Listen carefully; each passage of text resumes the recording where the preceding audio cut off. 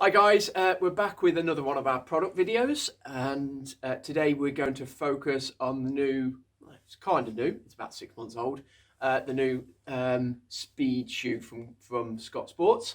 The Speed Carbon RC is their take on a carbon soled shoe.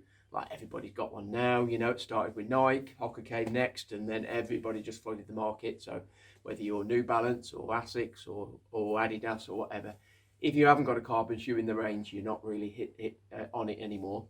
This is Scott's. Went down really well, I've got to say, at the running show. And people kind of loved the brightness of it, really. And it drew people in from onto the stand, that's for sure.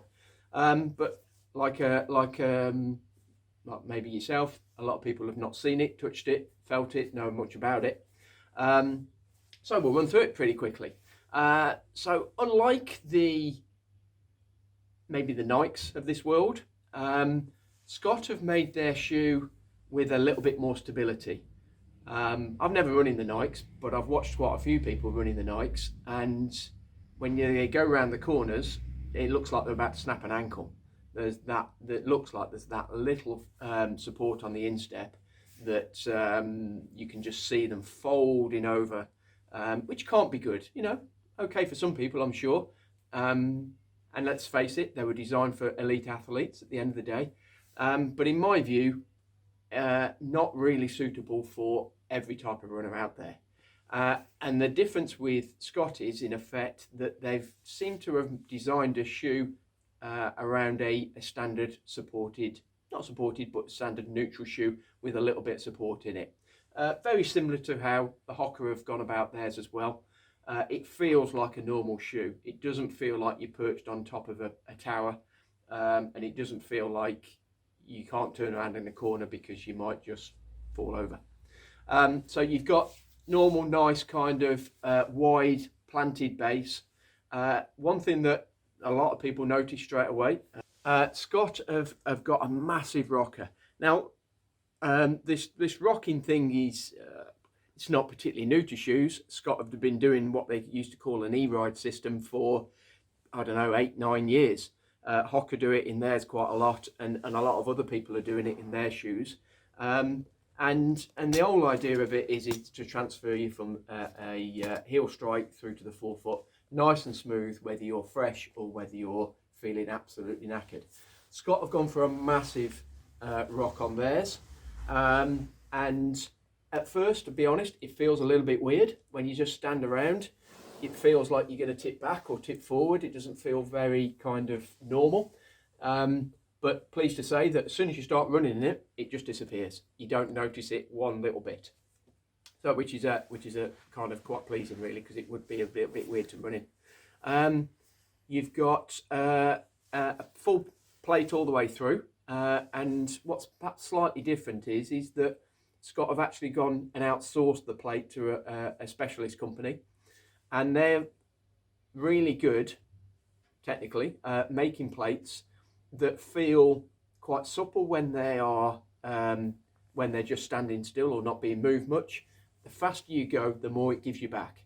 So as much as this shoe is perhaps designed for people that are going to run maybe half marathons, that kind of thing, if you want to put in a quick 5k, you'll find that the shoe is still really responsive.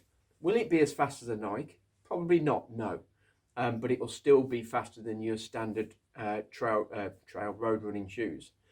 The difference being is that when you go up to that half marathon distance or marathon distance, in my view, you've got more stability, more of a platform, more of a comfort orientated shoe. But you've still got a performance shoe, and that's the key.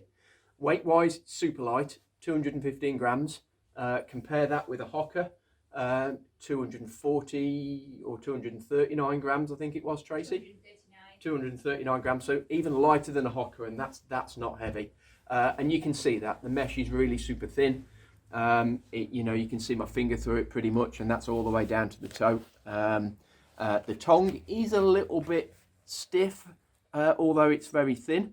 So, but it does get better with once you use it a little bit. But first, when you put your foot in, it's kind of like pulling pulling the laces through, and it's a bit hard work to get it tight. But it does get better with you after you use it a little bit. So in effect, how does it feel? It feels like a normal shoe, strangely. It feels fast, it feels responsive, but it doesn't feel like you've got, in my view, for me, it doesn't feel like I've got a racing shoe on. It doesn't feel uncomfortable like a racing shoe. I've got quite wideish feet, and it's quite forgiving there. It has got a bit of arch support, as I've already mentioned, but it's you can feel it there as well. It's a Scott thing. They all have, you either love it or hate it sometimes. But it doesn't feel like I've got a racing flat on. It doesn't feel like it's going to break me. It feels like I could quite happily, although I haven't yet, run a marathon in it, and it will be probably my shoe to run Manchester Marathon in April. I wore it at the show, and this is a bit of a stamp of approval. I wore it at the running show 2 days straight, and not once did I feel that I didn't have enough cushioning or support to stand still on my feet all day long. I didn't feel like I'd got this kind of shoe on. So, you know, I give it a bit of a proper thumbs up. I can't wait to kind of use it in proper racing experience. And the one thing I have forgot to mention is that you won't find that you've got to chuck these in the bin after 150 kilometers or 150 miles or 200. You will get a normal life out of this shoe. So it's not too bad. Yes, they're not the cheapest, but they're certainly not 250, 260 quid.